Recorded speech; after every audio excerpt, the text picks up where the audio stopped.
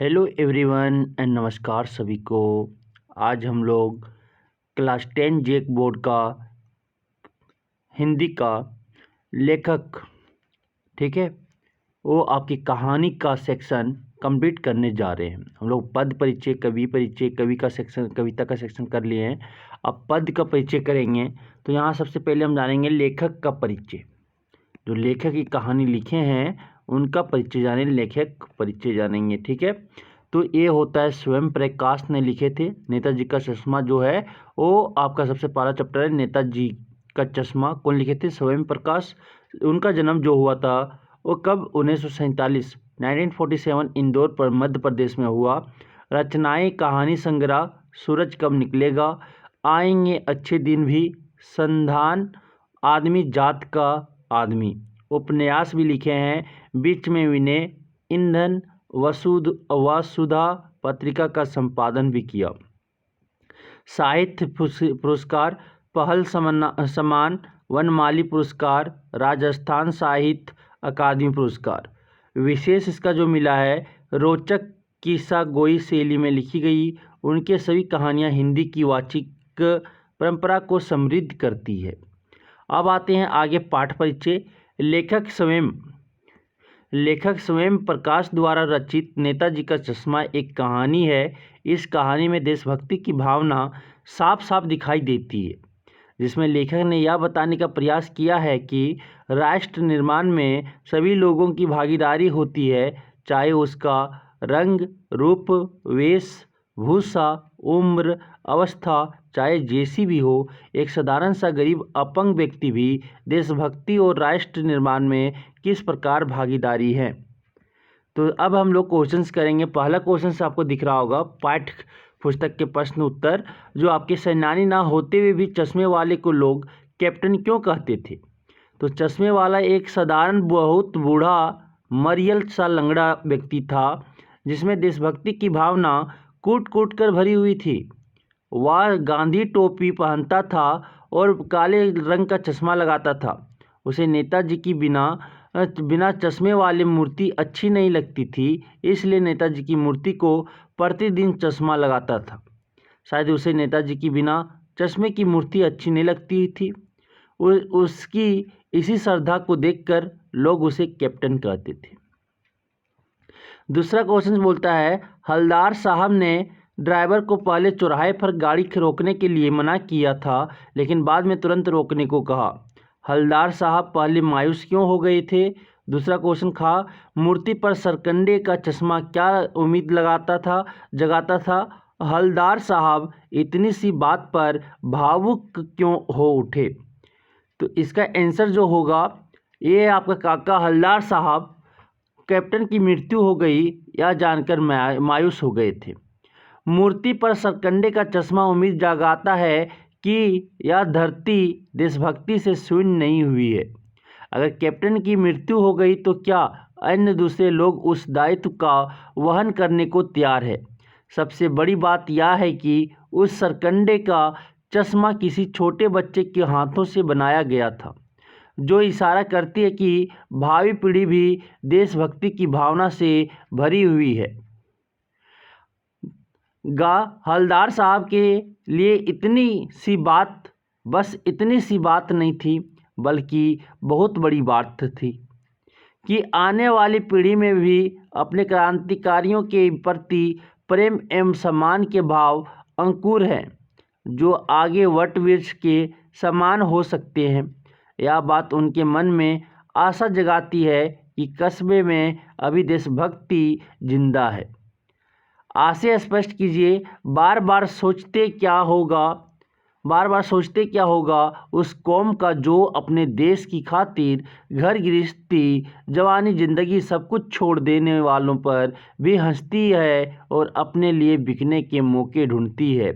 हलदार साहब ने, इसका आंसर होगा, हलदार साहब ने जब चश्मे वाले कैप्टन की मृत्यु का समाचार सुना तो काफ़ी दुखी हो गए। कैप्टन जैसे लोग देश एवं देशभक्ति के लिए एक उम्मीद है। इन्हीं के आचरण को देख सुनकर नई पीढ़ी देशभक्ति की प्रेरणा ले सकती है, जबकि लोग देशभक्ति करने वाले और देश पर मर मिटने वाली पर हंसती है। यहाँ तक कि नगर पालिका ने भी सुभाष की अधूरी मूर्ति बनवाई, उसे कोई खेद ना हुआ। लोगों ने देखा, उन्हें हंसी तो आई, पर देशभक्तों की उपेक्षा पर भी उनका हृदय द्रवित ना हुआ। उल्टे कैप्टन चश्मे वाला, जो सुभाष की प्रतिमा पर प्रतिदिन चश्मा लगाता था, उसका भी लोग मजाक उड़ाते थे। इस स्थिति को देखकर हवलदार साहब दुखी है। फिर सोच रहे हैं कि जिस सुभाष की मूर्ति को वह चश्मा तक नहीं दे रहे हैं, उन्होंने अपनी सारी जिंदगी देश की सेवा में समर्पित कर दिया। वह लंगड़ा गरीब चश्मे वाला सुभाष जी से एवं देशभक्ति से ऐसा जुड़ाव है कि वह जीवन भर सुभाष की मूर्ति पर चश्मा लगाता रहा। लोग उस पर हंसते रहे, उसे पागल बेवकूफ़ कहते रहे। जहाँ इस प्रकार के स्वार्थी लोग रहते हो, उस देश का भविष्य क्या होगा? जिस जाति में, देश में, समाज में लोग स्वयं के प्रचार प्रसार आदि में अधिक रुचि लेते हैं, उस देश का भविष्य बहुत बुरा हो जाएगा। नेक्स्ट क्वेश्चन, पान वाले को रेखा चित्र प्रस्तुत करें। पान वाले का रेखा चित्र प्रस्तुत करें। तो इसमें बोलता है, पान वाला बहुत मोटा, काला, खुश मिजाज आदमी था। उसकी बतीसी लाल काली थी, उसकी तोंद निकली हुई थी। दुकान में पान भरा ही था, उसका मुख भी कभी पान से खाली नहीं रहता था। पान चबा चबा कर थूकता रहता था। स्वभाव से वह दूसरों की मजाक उड़ाने वाला था, इसलिए तो चश्मे वाले को वह मजाक उड़ाता रहता था। नेक्स्ट क्वेश्चन, वो लंगड़ा का क्या जाएगा फौज में, पागल है पागल। कैप्टन के प्रति पान वाले की इस टिप्पणी पर आपकी क्या प्रतिक्रिया है? तो कैप्टन चश्मे वाले के प्रति पान वाले की इस प्रकार व्यंग्य युक्त भाषा का प्रयोग उसकी अदूरदर्शिता एवं फुहड़पन को दर्शाता है। उसके अंदर कटाक्ष करने की प्रवृत्ति है। इसी के कारण वह कैप्टन की देशभक्ति की भावना को देख नहीं पा रहा है। कैप्टन अपाहिज था, किंतु उसकी वेशभूषा में गांधी जी टोपी पहनना, काला चश्मा लगाना या व्यवहार नेताजी की तरह थी। वह फेरी वाला था, रेहड़ी पर दुकान लगाता था, फिर भी एक चश्मा नेताजी को पहनाना नहीं भूलता था।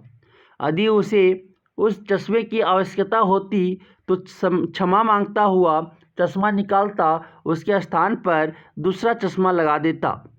उसकी यह भावना देशभक्ति की सच्चे हृदय की भावना है। पाने वाले का यह उपेक्षा पूर्ण व्यवहार बिल्कुल अनुचित है। अब आगे आते हैं अति संक्षिप्त प्रश्नोत्तर। बोलता है, लेखक स्वयं प्रकाश का जन्म कब हुआ था? आपके सन 1947 में। वह किस पत्रिका से जुड़े रहे? वह सुधा पत्रिका से। सूरज कब निकलेगा, आएंगे अच्छे दिन भी, संधान नामक कहानी संग्रह किस लेखक के हैं? लेखक स्वयं प्रकाश। नेताजी की मूर्ति का निर्माण किसने कराया था? नगर पालिका ने। पाठर नेताजी का चश्मा में मूर्ति के निर्माता का क्या नाम था? मास्टर मोतीलाल। मूर्ति के प्रतिदिन चश्मा कौन पहनाता था? कैप्टन चश्मे वाला। आजकल देशभक्ति को लोग क्या समझते हैं? मजाक। सुभाष की मूर्ति पर वास्तविक चश्मे का ना होना हवलदार साहब के लिए कैसी बात थी? चकित और द्रवित करने वाली। चश्मे वाला कैसा आदमी था? बूढ़ा, मरियल एवं लंगड़ा। मूर्ति पर सरकंडे का चश्मा किसने लगाया? कस्बे के गरीब बच्चे ने। अब आते हैं संक्षिप्त प्रश्नोत्तर। बोलता है, हवलदार साहब कैप्टन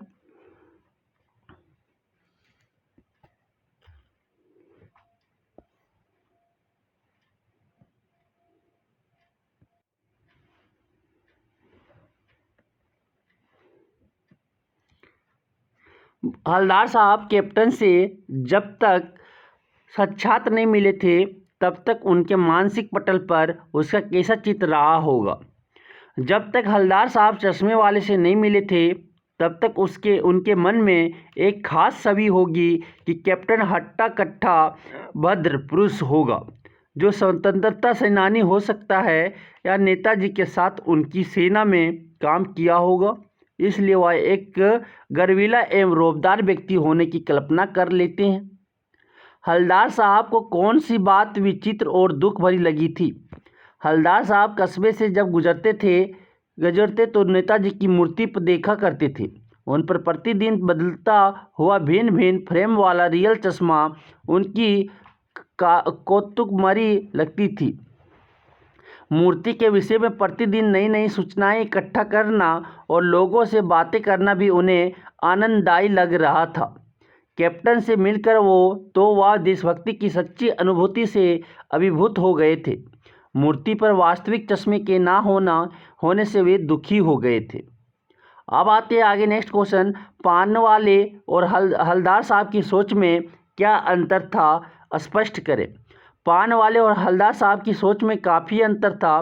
पान वाले की सोच संकीर्ण है, वह दूसरों का उपहास करने वाला व्यक्ति था, इसलिए तो वह चश्मे वाले को गरीब, फटेहाल, बुढ़ा और लंगड़े के रूप में देखता था, जबकि हलदार साहब कैप्टन को महान और सच्चे देशभक्त के रूप में देखते थे, जो देश और देश के लिए जान देने वालों का सम्मान करता था। पान वाले के लिए वह सनकी है, जबकि हलदार साहब के लिए वह सच्चा देशभक्त है। आगे आते हैं दीर्घ उत्तरीय प्रश्न। क्या बोलता है पहला कि कैप्टन चश्मे वाला को पागल और लंगड़ा कहने वाला पान वाला उसकी मृत्यु पर दुखी क्यों हो गया था? तो कैप्टन चश्मे वाला जब तक जीवित था तब तक उसके महत्व को पान वाला समझ नहीं पाया था। उसके द्वारा नेताजी की मूर्ति को चश्मे पहनाना मजाक और सन की होना जैसी बातें लगती थी, इसलिए वह हलदार साहब से भी कहता है कि पागल है पागल, किंतु जैसे ही उसकी मृत्यु हुई तो पान वाला समझ चुका था कि कैप्टन चश्मे वाला असाधारण व्यक्ति का मालिक था। उसके हृदय में देश और देश के लिए मर मिटने वालों के लिए अगाध प्रेम था, इसलिए तो वह नेताजी की मूर्ति का इतना ख्याल रखता था। आज वह नहीं है, उस मूर्ति की चिंता करने वाला कोई नहीं है। कस्बे में और किसी के पास इतना समय और भाव नहीं था कि मूर्ति का ध्यान रखे, तभी उसने कैप्टन की मृत्यु पर दुख प्रकट किया। नेक्स्ट क्वेश्चंस, हलदार साहब का चरित्र कैसा था? पाठ के आधार पर उनका चरित्र चित्रण करें। हलदार साहब एक देशभक्त होने के साथ साथ देशभक्ति की भावना से भरे हुए व्यक्ति थे। उन्हें देश के ऊपर मर मिटने वाले सेनानियों के प्रति अगाध प्रेम है, इसलिए तो वह सुभाष की मूर्ति की ओर आकर्षित हुए। जब भी वे उस कस्बे से गुजरते तो नेताजी की मूर्ति को अवश्य निहारते, उसमें होने वाले बदलाव को देखकर आनंदित होते। उनकी सोच सकारात्मक है, वह कैप्टन चश्मे वाले की देशभक्ति की ओर आकर्षित होते हैं, तभी तो कैप्टन का मजाक उड़ाया जाना उन्हें बिल्कुल अच्छा नहीं लगता था। कैप्टन की मृत्यु ने हलदार साहब को काफ़ी द्रवित कर दिया था। वे इतने भाव विभोर हो गए थे कि वे चौराहे पर रुकना नहीं चाहते थे, किंतु सरकंडे का चश्मा देखकर वहां रुकते हैं, श्रद्धा से भर जाते हैं, उनकी आंखें नमी हो जाती हैं, उन्हें यह तसल्ली होती है कि चलो देशभक्ति अभी भी बची हुई है। पाठ नेताजी का चश्मा के आधार पर कैप्टन चश्मे वाले के चरित्र के बारे में लिखे। पाठ नेताजी का चश्मा में कैप्टन कहानी का मुख्य नायक है। जो बूढ़ा मरियल और लंगड़ा पुरुष है, उसके रूप रंग और काम धंधे में कहीं कोई विशेषता दिखाई नहीं देती। वह एक साधारण सा फेरी वाला है जो घूम घूम कर चश्मा बेचा करता था, परंतु जो बात उसे अन्य से अलग और महान बनाती है वह है उसकी देशभक्ति। अपने प्रिय नेता सुभाष को बिना चश्मे का रहने नहीं देता। प्रतिदिन उनकी मूर्ति में अलग अलग चश्मा लगा दिया करता था। उसकी इसी भावना ने उसे महान बना दिया था, इसलिए वह कैप्टन के नाम से विख्यात भी हो गया था। देशभक्ति की प्रबल भावना उसमें कूट कूट कर भरी हुई थी। उसमें त्याग की भी भावना थी। बहुविकल्पीय प्रश्न। नेताजी का चश्मा पाठ के लेखक का नाम है।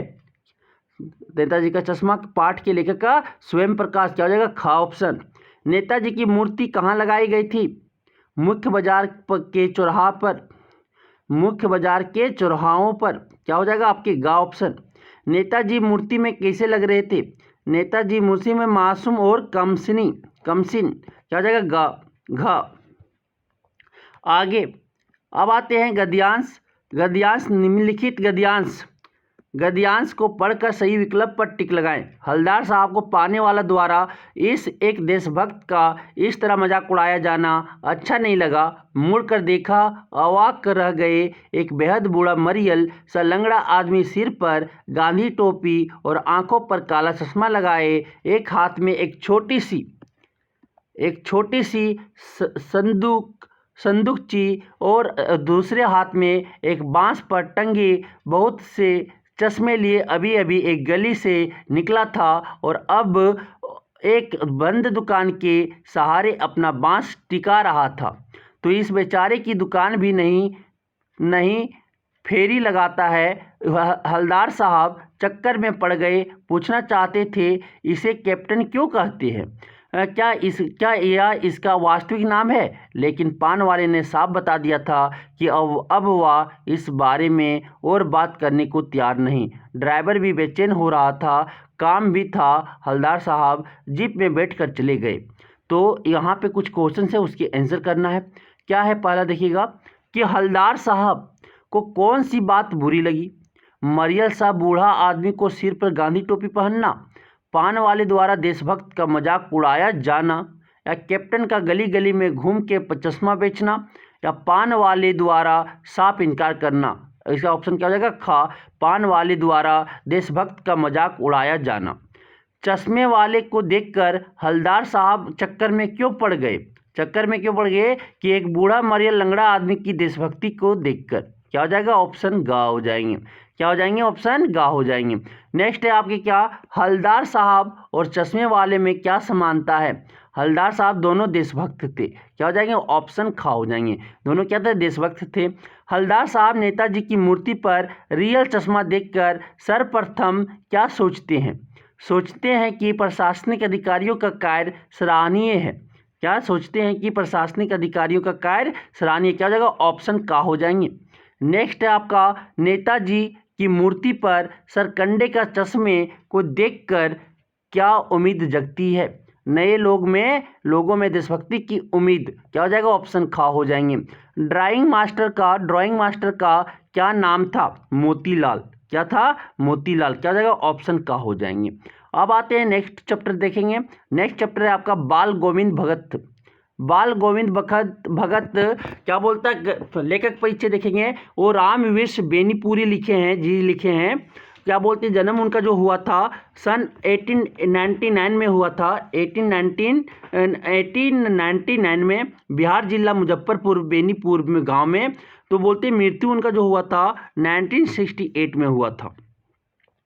ठीक है। रचनाएं जो पत्र पत्रिकाओं का संपादन तरुण भारत, किसान मित्र, बालक युवक, योगी, जनता, जनवाणी और नई धारा। उपन्यास पतितों के देश में, नाटक अम्बापाली। आगे बोलते कहानी संग्रह जो थे चीता के फूल, रेखा चित्र जो थे माटी के मूर्तें, आत्रा वृत्तांत, पैरों में पंख बांधकर। स्मरण जो थे जंजीरें और दीवारें, विशेष इन्हें कलम का जादूगर भी कहा जाता था। पाठ परिचय। पाठ बाल गोविंद भगत एक रेखा चित्र है जिसके माध्यम से लेखक ने एक विलक्षण चरित्र के बारे में बताया है जो लोक संस्कृति और सामूहिक चेतना का प्रतीक है। इस पाठ में यह बताया गया है कि कोई भी व्यक्ति सिर्फ वेशभूषा या अन्य अनुष्ठानों से सन्यासी नहीं होता, बल्कि यहाँ सन्यास का आधार जीवन के मानवीय सरोकार है। इस पाठ में बाल गोविंद भगत कबीर के पक्के भक्त हैं जो कभी झूठ नहीं बोलते, सभी से खरा व्यवहार रखते हैं, बिना अनुमति के किसी की चीज़ को प्रयोग में नहीं लाते थे। इसी प्रवृत्ति के कारण वे साधु कहलाते थे। यह पाठ सामाजिक रूढ़ियों पर भी प्रहार करता है, साथ ही ग्रामीण जीवन की सुंदर झांकी प्रस्तुत करते हैं। बाल गोविंद भगत द्वारा कबीर के पदों का सुंदर गायन एवं उनकी प्रभात फेरियां और ब्रह्म के प्रति प्रेम की सुंदर अभिव्यक्ति करता है। पाठ्य पुस्तक के प्रश्नों के उत्तर 1 नंबर क्या बोलता है? खेती बाड़ी से जुड़े गृहस्थ बाल गोविंद भगत अपने किन चारित्रिक विशेषताओं के कारण साधु कहलाते थे? खेती बाड़ी से जुड़े बाल गोविंद भगत अपने आचार व्यवहार के कारण गृहस्थ होने के बावजूद सन्यासी कहलाते थे। हम रामवीर बेनीपुरी के इस रेखा चित्र में बाल गोविंद भगत के चरित्र में उस भाव को महसूस करते हैं। गृहस्थ सन्यासी होने के साथ साथ कबीर पंथ को मानने वाले थे। वे कबीर को साहब मानते थे, उन्हीं के गीतों को गाते, उनके आदेश का अनुसरण करते, हमेशा सत्य बोलते, सभी के साथ सहृदय व्यवहार रखते थे। व्यवहार में खरापन था, अपनी बात को खरी खरी अभिव्यक्त करने में जरा भी संकोच नहीं करते थे, किसी से झगड़ा नहीं करते। वे अपने आदर्शों के इतने पक्के थे कि किसी की चीज़ बिना पूछे छूते भी नहीं थे। सबसे बड़ी बात यह भी थी कि गृहस्थ जीवन में हम जहाँ सारी वस्तुएं को अपने भोग में लाना उद्देश्य मानते हैं, वहीं वे अपनी सारी संपत्ति यहाँ तक कि परिवार को भी साहब का ही मानते थे। अपने खेत में उपजने वाले अनाज को अपने सिर पर लादकर सबसे पहले साहब के दरबार ले जाते, फिर वहां से भेंट स्वरूप जो प्राप्त होता उसे प्रसाद स्वरूप अपने घर ले आते थे। इसी से अपनी गुजर बसर चलाते। इसी व्यवहार में उन्होंने अपना पूरा जीवन जिया। उन्होंने अपने इकलौते बोधे बेटे का जीवन पर ख्याल रखा। उसकी मृत्यु पर भी वह विचलित नहीं हुए। ब्रह्मलीन उनकी आत्मा ने इकलौते बेटे की मृत्यु पर भी शोक नहीं मनाया, बल्कि आत्मा अपने सच्चे प्रेमी परमात्मा से जा मिली है यह कहकर उत्सव मनाया और अपनी बहू को भी उत्सव मनाने को कहा।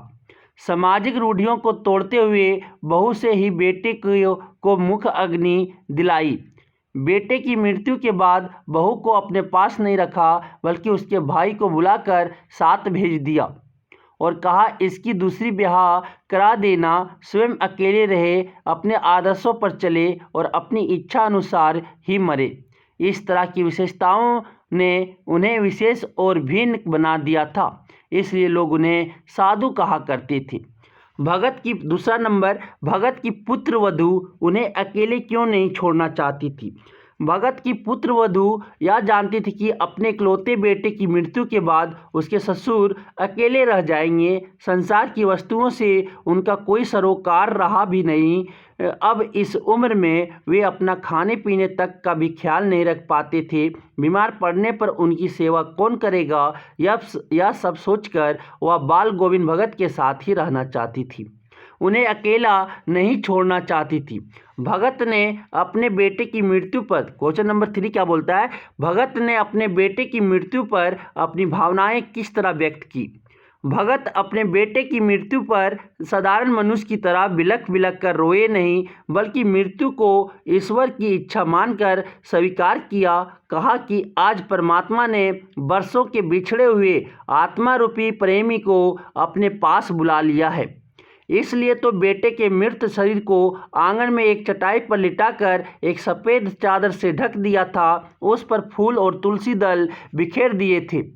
सिरहाने एक दिया जलाकर रख दिया। खुद एक आसन जमा कर बैठ गए और तल्लीनता पूर्वक कबीर के पदों को गाने लगे। गाते गाते कभी अपनी रोती हुई पुत्र वधू के पास जाते और रोने से मना करते हैं और कहते हैं उत्सव मनाने का अवसर है। वे बार बार समझाते आत्मा परमात्मा के पास चली गई हैं, यह आनंद की बात है। उनके इसी विश्वास ने मृत्यु के भय को जीत लिया था। भगत के व्यक्तित्व और उनकी वेशभूषा का अपने शब्दों में चित्र प्रस्तुत करें। बाल गोविंद भगत मंझोले कद के गोरे चिट्टे आदमी थे। उम्र 60 से ऊपर की थी। बाल पके हुए थे।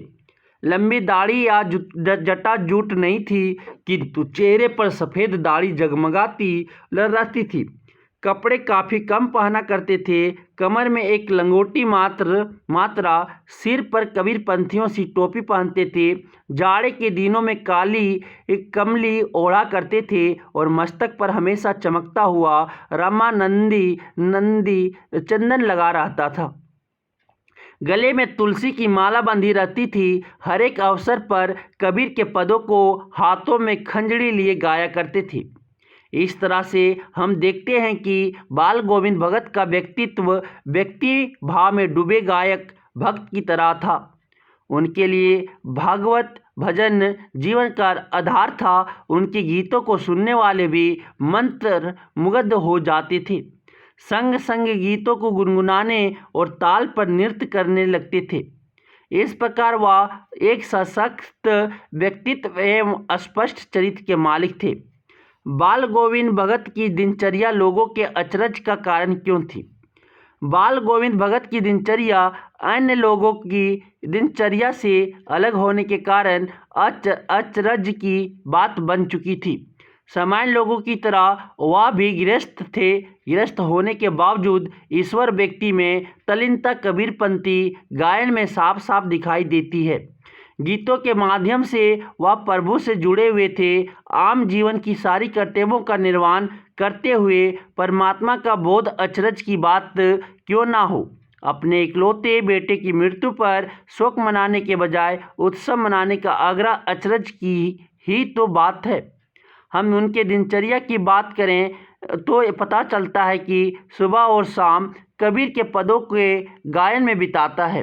उनके जीवन के आदर्श इतने ऊंचे थे कि कभी किसी से झूठ नहीं बोलते थे, किसी से झगड़ा भी नहीं करते थे, सबके साथ खुश रहा करते थे, किसी के साथ काम खा झगड़ा भी नहीं करते थे, यहाँ तक कि किसी की चीज़ बिना पूछे छूते नहीं थे। अपने खेत में पैदा होने वाले अनाज को वह कबीर के दरबार ले जाते और वहाँ प्रसाद स्वरूप जो प्राप्त होता उसे भेंट स्वरूप ग्रहण करते, उसी से गुजर चलाते।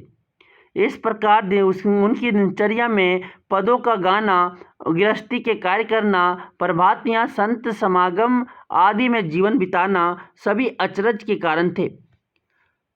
क्वेश्चन नंबर 6, पाठ के आधार पर बाल गोविंद भगत के मधुर गायन की विशेषताएं लिखिए। इस पाठ की प्रमुख विशेषता है बाल गोविंद भगत का मधुर गायन। उनके गीतों में ईश्वर प्राप्ति की सच्ची तान सुनाई देती है। स्वर इतना मोहक और आरोही होता है कि सुनने वाले लोग मोहित हो जाते हैं। लोग साथ साथ झूमने और नाचने लगते थे। लोगों के काम और अधिक लय के साथ चलने लगते थे। बच्चे, महिलाएं, पुरुष सभी मदहोश हो जाते थे। उनके गायन के बोल कुछ संगीत की सीढ़ी से चढ़कर स्वर्ग में ईश्वर के चरणों में जा रहे थे और कुछ स्वर इस पृथ्वी के लोगों को अपने कर्म निष्काम होकर करने की प्रेरणा दे रहे थे। यही उनके गायन की प्रमुख विशेषता है। क्वेश्चन नंबर 7 बोलता है, कुछ मार्मिक प्रसंगों के आधार पर यह दिखाई देता है कि बाल गोविंद भगत प्रचलित सामाजिक मान्यताओं को नहीं मानते थे। पाठ के आधार पर उन प्रसंगों का उल्लेख करें। वैसे तो बाल गोविंद भगत सरल एवं सौम्य चरित्र के व्यक्ति थे, किंतु उनके स्वभाव में खराबपन था। यही खराबपन शायद उन्हें यह आदेश देता था कि वे सामाजिक मान्यताएं जिनसे किसी का अहित होता है उसे तोड़ दे। समाज में यह मान्यता हमेशा रही है कि महिलाएं शमशान नहीं जाती तथा अपने पति को मुख अग्नि तो कभी नहीं देती। बाल गोविंद भगत ने इस रूढ़ि को तोड़ा और अपनी बहू से ही अपने इकलौते बेटे को मुख अग्नि दिलाई। उस समय की प्रचलित मान्यता यह भी थी कि विधवा होकर महिलाएं अपने ससुराल में ही अपना जीवन बिताती थी। बाल गोविंद भगत ने इसे भी स्वीकार नहीं किया, बल्कि अपनी विधवा बहू को उसके भाई को बुलाकर मायके भेज दिया और कहा कि इसका दूसरा विवाह करा देना।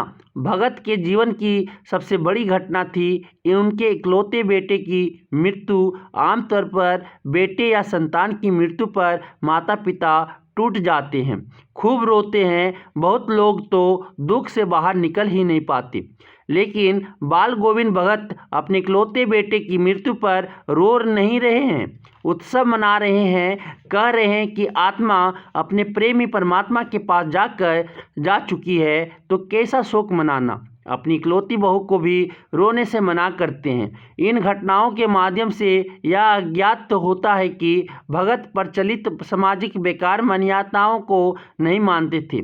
हम यह भी देखते हैं कि एक सामान्य सा दिखने वाला गृहस्थ साधु चुपचाप समाज की रूढ़ियों को तोड़ने में लगा है, जिसे देखकर सभी लोग आश्चर्यचकित थे। नेक्स्ट क्वेश्चन नंबर 8 बोलता है, धान की रोपाई के समय समूचे माहौल के भगत की स्वर लहरियाँ किस तरह चमत्कृत कर देती थी, उस माहौल का शब्द चित्र प्रस्तुत कीजिए।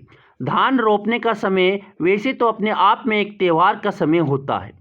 इस समय भारत के समूचे गांव में धान की रोपाई होती रहती है। प्रत्येक जनमानस आनंद का अनुभव करता रहता है। ऐसी ही परिस्थिति में जब बाल गोविंद भगत कबीर के निर्गुण भक्ति से पगे पदों को गाते हैं तो एक अलग तरह का आनंद बिखर जाता है। खेतों में बैठे नर नारी और बच्चे झूमने लगते हैं। मेड़ पर बैठी औरतों का मन गीत गाने के लिए बेचैन हो उठता है। किसानों की उंगलियों में एक अलग तरह का जादू आता है, जिससे वे धान के पौधों को कर्मिक लय से बिछाने लगते हैं। किसानों के पैर संगीत की थापों पर चलने लगते हैं। इस प्रकार उनके संगीत का जादू सारे वातावरण में छा जाता है। अति संक्षिप्त प्रश्नोत्तर, निम्नलिखित प्रश्नों के उत्तर एक शब्द या वाक्य में दे। रामवीर बेनीपुरी का जन्म कब हुआ था? सन 1899 में। उनके माता पिता की मृत्यु कब हुई? बचपन में। उनके आरंभिक वर्ष किस प्रकार बीते? कठिनाइयों में। वे स्वाधीनता आंदोलन सक्रिय प्रतिभागी के रूप में कब जुड़े? सन 1920 में। उनकी मृत्यु कब हुई? सन 1968 में। संक्षिप्त प्रश्न उत्तर। पहला क्वेश्चन बोलता है, रामवीर बेनीपुरी का जन्म कब और कहाँ हुआ? उनके जीवन के आरंभिक वर्ष कैसे बीते थे? रामवीर बेनीपुरी का जन्म सन 1899 में ग्राम बेनीपुरी, जिला बिहार में हुआ था। माता पिता की मृत्यु बचपन में ही हो जाने के कारण जीवन के आरंभिक वर्ष कठिनाइयों से भर गए थे। उनकी संपूर्ण रचनाओं का संकलन कहाँ प्रकाशित है? कुछ रचनाओं के नाम लिखें। तो उनकी संपूर्ण क्या बोलते हैं, रामवीर बेनीपुरी का जन्म सन 1899 में ग्राम बेनीपुरी, जिला बिहार में हुआ था। माता पिता की मृत्यु बचपन में ही हो जाने के कारण जीवन के आरंभिक वर्ष कठिनाइयों से भर गए थे। उनकी संपूर्ण रचनाओं का संकलन कहाँ प्रकाशित है? कुछ रचनाओं के नाम लिखें।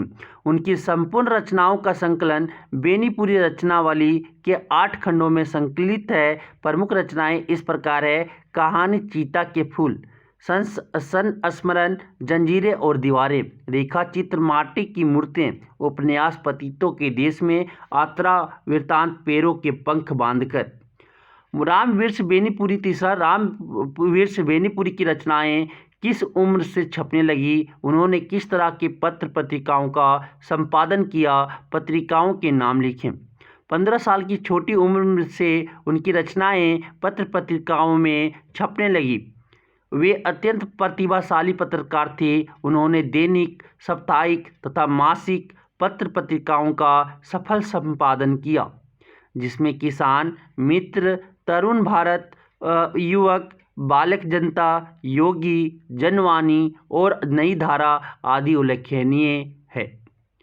दीर्घ उत्तरीय प्रश्न। पहला नंबर, बाल गोविंद भगत को कबीर पर अपार श्रद्धा के क्या कारण रहे होंगे?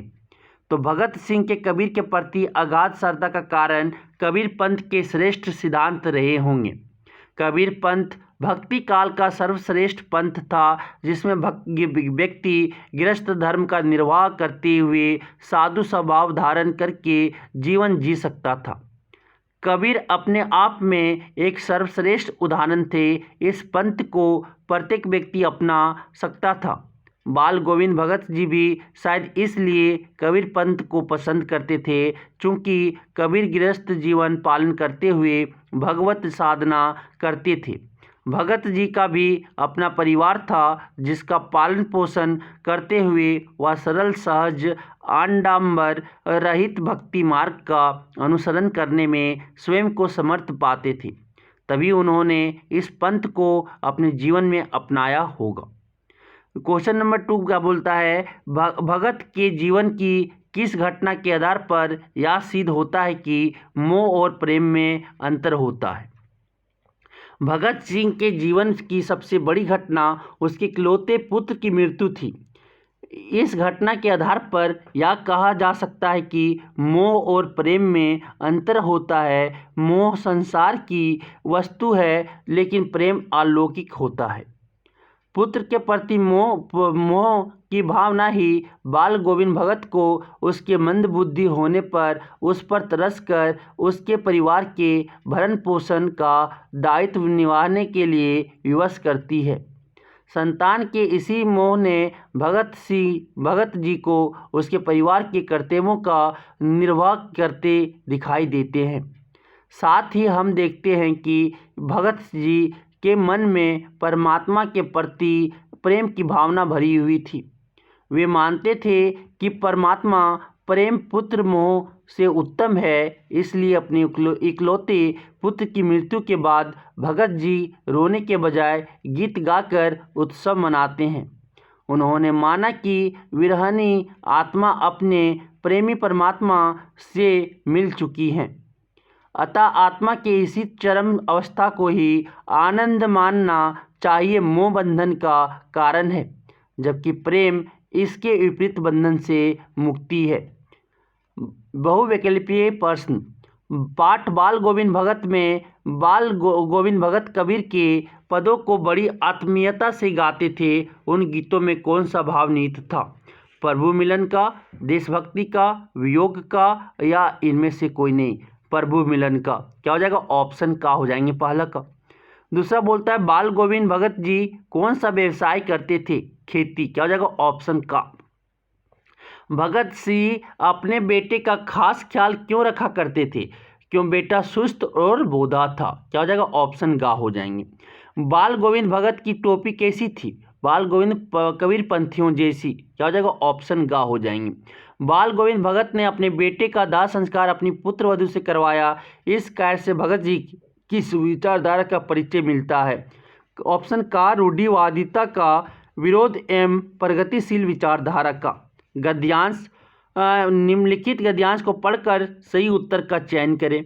बाल गोविंद भगत मंझले कद के गोरे चिट्टे आदमी थे। 60 से ऊपर के ही होंगे। बाल पक गए थे। लंबी दाढ़ी या जटा जूट तो नहीं रखते थे, किंतु हमेशा उनका चेहरा सफ़ेद बालों से ही जगमग रहता। कपड़े बिल्कुल कम पहनते। कमर में एक लगोटी मात्र और सिर में कबीर पंथियों सी कनपट्टी टोपी। जब जाड़ा आता एक काली कमली ऊपर से ओढ़े रहते। मस्तक पर हमेशा चमकता हुआ रामानंदी चंदन जो नाक की एक छोर से ही औरतों के टिक्के की तरह शुरू होता। गले में तुलसी की जड़ों की एक बेडोल माला बांधे रहते। बाल गोविंद भगत का कद कैसा था? मंझोला। क्या हो जाएगा? ऑप्शन गा हो जाएंगे, मंझोला। आपके नेक्स्ट क्वेश्चन जो है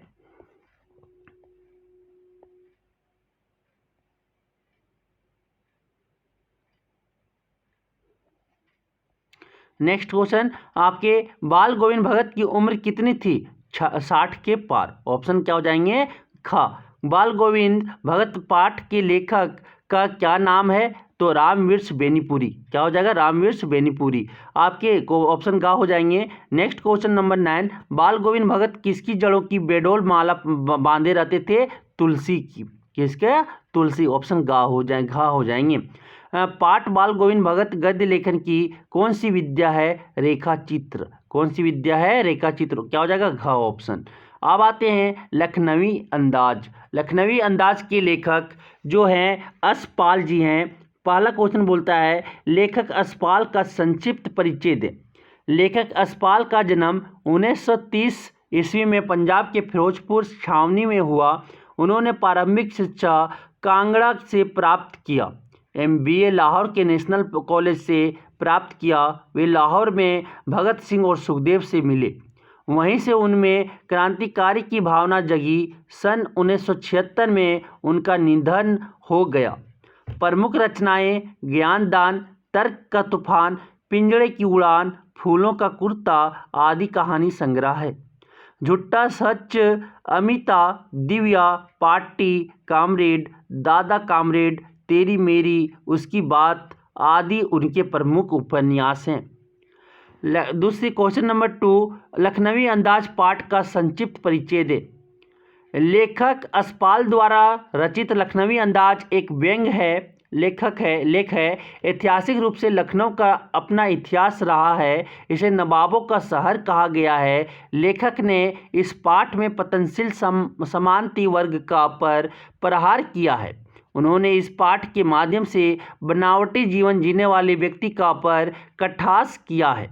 लेखक खाली समय में कहानी का विषय ढूंढ रहे थे, उन्हें कुछ काम नहीं था। वे केवल कहानी और पात्रों की खोज के उद्देश्य से ट्रेन के सेकेंड क्लास की बोगी में चढ़ जाते हैं। उन्हें वहां एक नवाबी किस्म का व्यक्ति मिलता है जिसने अपने साथ तौलिए में लपेटा हुआ खीरा रखा है। लेखक को वह शक की निगाह से देखता है। उसे थोड़ी असुविधा होती है क्योंकि वह लेखक के पहुंचने से नाखुश लगता है। थोड़ी देर बाद वह उस खीरे को 4 भागों में काटता है और नमक मिर्च डालकर लेखक को देने का प्रस्ताव देता है, लेकिन लेखक इसे मना करता है। इसके बाद व्यक्ति उस खीरे को ना खाकर उसे ट्रेन की खिड़की से फेंक देता है। पहला नंबर, लखनवी अंदाज के लेखक कौन है? असपाल। कौन है? ऑप्शन का असपाल। लखनऊ किस प्रदेश की राजधानी है? उत्तर प्रदेश। क्या हो जाएगा? ऑप्शन का। ट्रेन के किस क्लास में सेकेंड में लेखक सफर कर रहा था? Second class. ऑप्शन क्या हो जाएंगे? खा। नेक्स्ट आपके क्वेश्चन है, लेखक असपाल का जन्म कब हुआ था? 1930 ईस्वी में। कौन हो जाएगा? ये आपके ऑप्शन सारे गलत हैं, ठीक है। क्या हो जाएगा? आपके 1930 ईस्वी में हुए थे। अब आगे आते लखनवी अंदाज किस प्रकार की रचना है? व्यंग्य। आपके ये लखनवी अंदाज का किस प्रकार की रचना है? व्यंग्य प्रकार का है। किसी का मजाक उड़ाने के तौर पे आपका उनका लेखक है। अब बोलते हैं अति संक्षिप्त प्रश्न उत्तर। लेखक असपाल की मृत्यु कब हुई? 1976 में। लेखक असपाल के किसी एक उपन्यास का नाम बताएं। झूठा सच। ट्रेन में यात्रा करते समय लेखक किससे मिलता है? नवाबी नस्ल के एक व्यक्ति से। लेखक ट्रेन में किस उद्देश्य से यात्रा कर रहा था? कहानी की तलाश में। नवाबी नस्ल के व्यक्ति ने लेखक को क्या देने की पेशकश की थी? खीरा। क्या दे रहे थे? वो नवाबी अंदाज उनको खीरा दे रहे थे।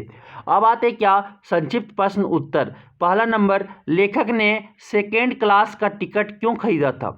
लेखक को नई कहानी और नए पात्रों की तलाश थी। उन्हें लगता था कि ट्रेन में सफ़र करने के क्रम में, खिड़कियों से प्राकृतिक नज़ारा देखने के क्रम में नई कहानी एवं नए पात्र मिल जाएंगे, इसलिए उन्होंने सेकेंड क्लास का टिकट खरीदा था।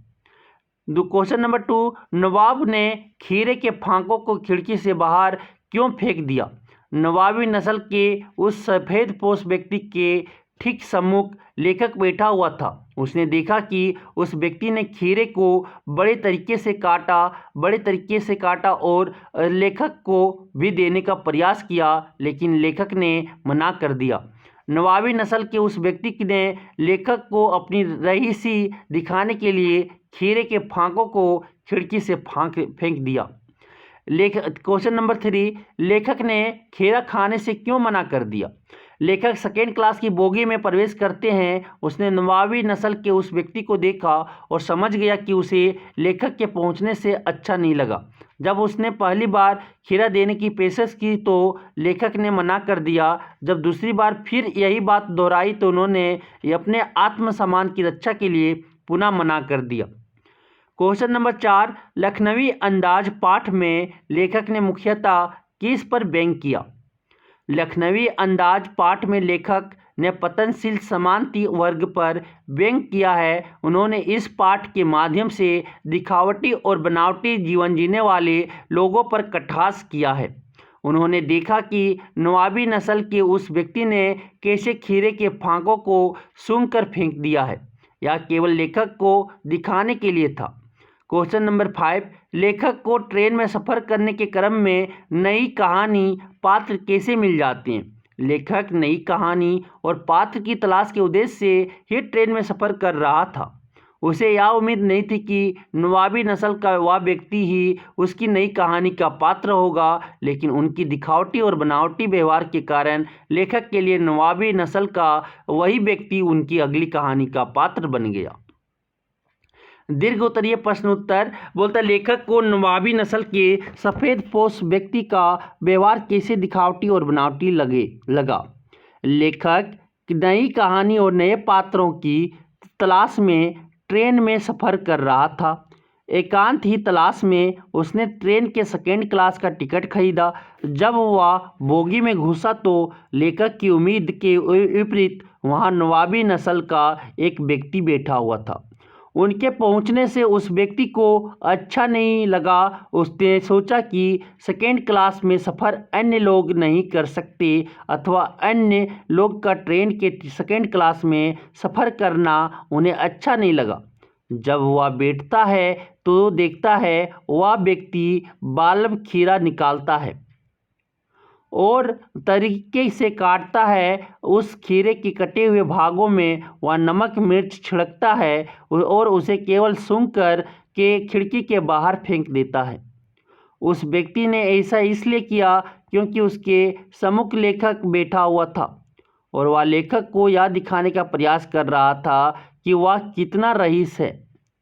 इस प्रकार उस व्यक्ति का व्यवहार लेखक को बहुत बनावटी और दिखावटी लगा। क्वेश्चन नंबर 2, लेखक ने लखनवी अंदाज पाठ के माध्यम से समानती विचार और व्यवहार पर प्रहार किया है। पाठ के आधार पर इसकी पुष्टि कीजिए। नवाबी नस्ल के सफ़ेद पोशी व्यक्ति के चरित्र के माध्यम से लेखक ने समानती विचार और व्यवहार पर प्रहार किया। लेखक जब सेकेंड क्लास की बोगी में चढ़ता है तो उस व्यक्ति को यह अच्छा नहीं लगता है। उसे लगा होगा कि सेकेंड क्लास की बोगी में कौन आ गया है। उसने लेखक को उपेक्षा की दृष्टि से देखा और कुछ समय के बाद उन्होंने खुद लेखक से संपर्क करने का प्रयास किया। लेखक संकोच भाव से उनसे मिला, लेकिन कुछ समय के बाद उस व्यक्ति ने लेखक के सामने खीरे की फांकों को फेंक कर बनावटी और दिखावटी व्यवहार का नज़ारा पेश किया। लेखक को उस व्यक्ति से ऐसे व्यवहार ही की अपेक्षा नहीं थी, लेकिन कुछ समय के बाद वह समझ गया कि वह समानती विचारों का शिकार है। ऐसे चरित्र वाले व्यक्ति अक्सर औरों के सामने दिखावा करते हैं। उनको देखकर ऐसा नहीं लग रहा था कि वह जितना दिखा रहा है वही उसकी असली स्थिति है। वह लेखक को प्रभावित करने के लिए खीरे जैसी अपदार्थ वस्तु को फेंक कर साबित कर दिया कि वह अपनी वास्तविक स्थिति से ज़्यादा बन रहा है। लेखक समझ गया कि वह समानती विचारों से ग्रसित है। पाठ पुस्तक के प्रश्न उत्तर। लेखक को पहला नंबर, लेखक को नवाब साहब के किन हाव भाव से महसूस हुआ कि वे उनसे बातचीत करने के लिए तनिक भी उत्सुक नहीं हैं।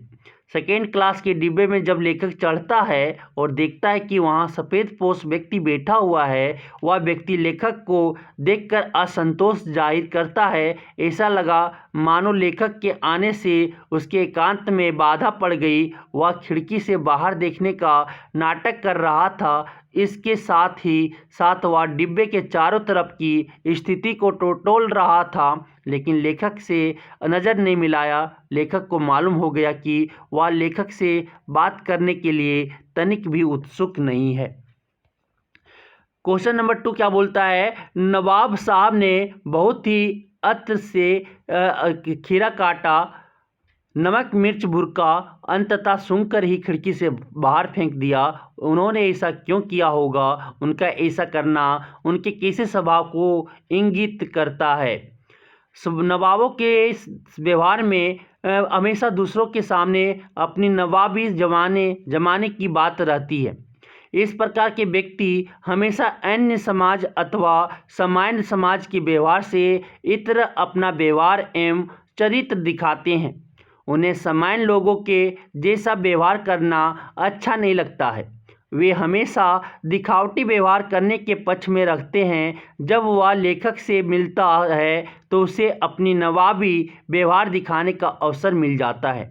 उसका विचार था कि वह लेखक के सामने ऐसा व्यवहार कर लेखक को प्रभावित कर ले, लेकिन लेखक इस बात को समझ जाता है। उनका ऐसा व्यवहार अंततः समानती व्यवहार की ओर इशारा करता है। क्वेश्चन नंबर 3, बिना विचार, घटना और पात्रों के भी क्या कहानी लिखी जा सकती है? यशपाल के इस विचार से आप कहाँ तक सहमत हैं? बिना घटना अथवा पात्रों के कहानी नहीं लिखी जा सकती है। कहानी के लिए घटना एवं पात्रों का होना बहुत जरूरी है। कहानी का अर्थ ही है क्या हुआ। यदि कुछ घटना घटी ही नहीं तो क्या हुआ का पता कैसे चलेगा? अतः यशपाल के इस विचार से हम पूर्णतः सहमत हैं कि घटना और पात्रों के बिना कहानी नहीं लिखी जा सकती है। आप इस निबंध को और क्या नाम देना चाहेंगे? ख्याली पुलाव। क्या देंगे? ख्याली पुलाव देना चाहेंगे।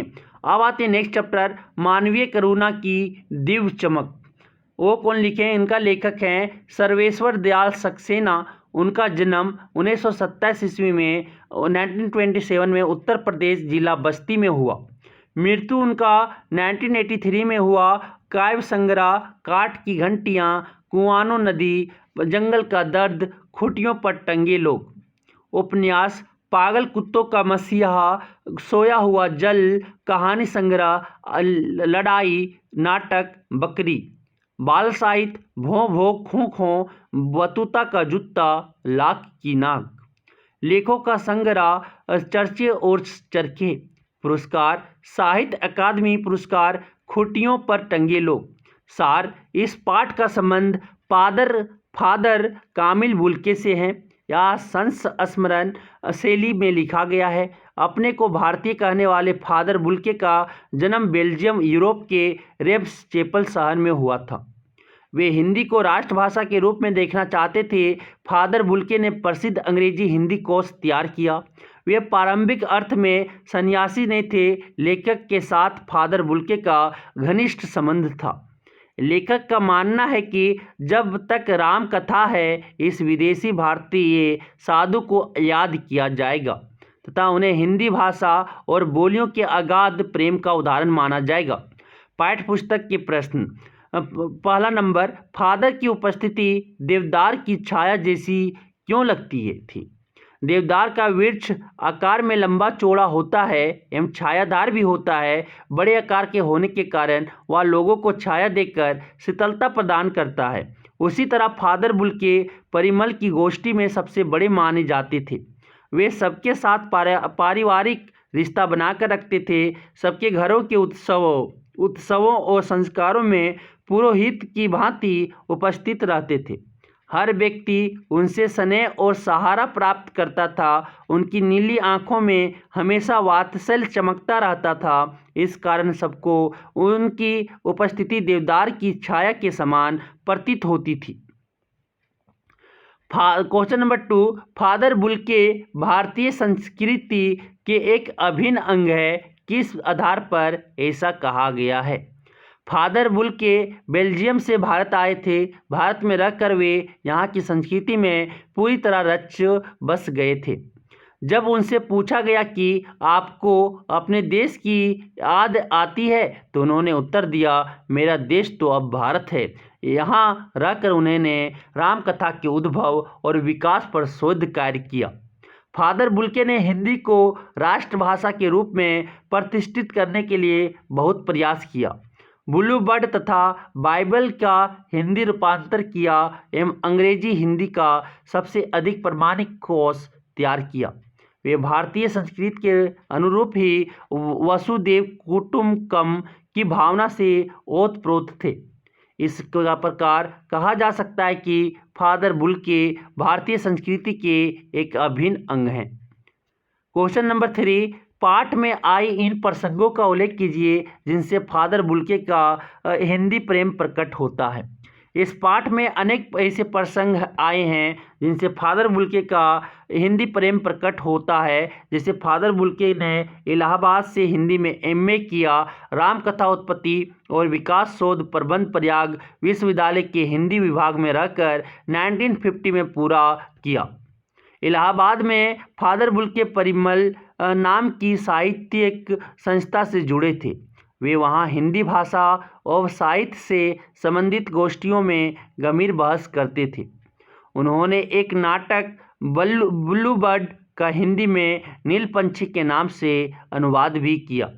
फादर बुल्के रांची के सेंट जेवियर कॉलेज में हिंदी तथा संस्कृत विभाग के विभाग अध्यक्ष हो गए। उन्होंने अंग्रेजी हिंदी कोश लिखा तथा बाइबल का अनुवाद भी किया। फादर बुल्के हिंदी को राष्ट्रभाषा के रूप में देखना चाहते थे। हर मंच पर इस चिंता को प्रकट करते तथा इसके लिए अकाट्य तर्क देते थे। वे हिंदी वालों द्वारा हिंदी की उपेक्षा पर दुखी हो जाते।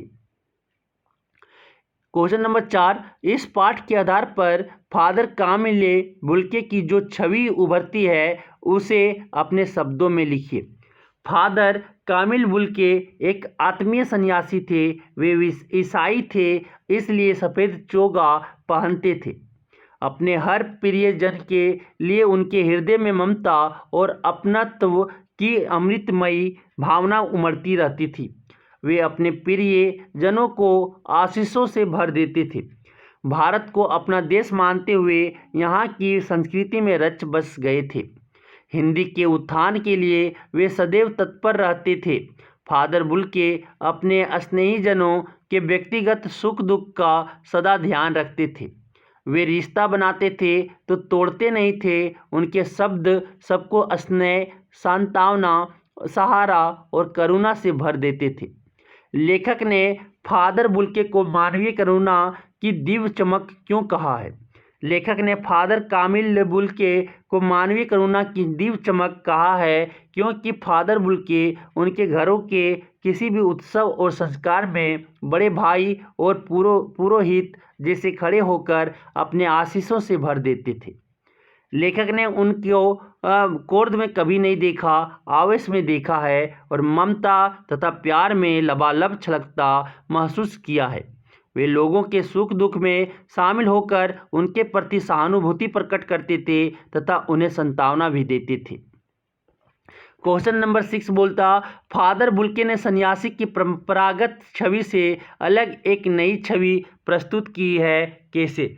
परंपरागत रूप से सन्यासी अलग जीवन जीते हैं। वे वैराग्य की जिंदगी जीते हैं, धर्माचार में ही अपना समय व्यतीत करते हैं।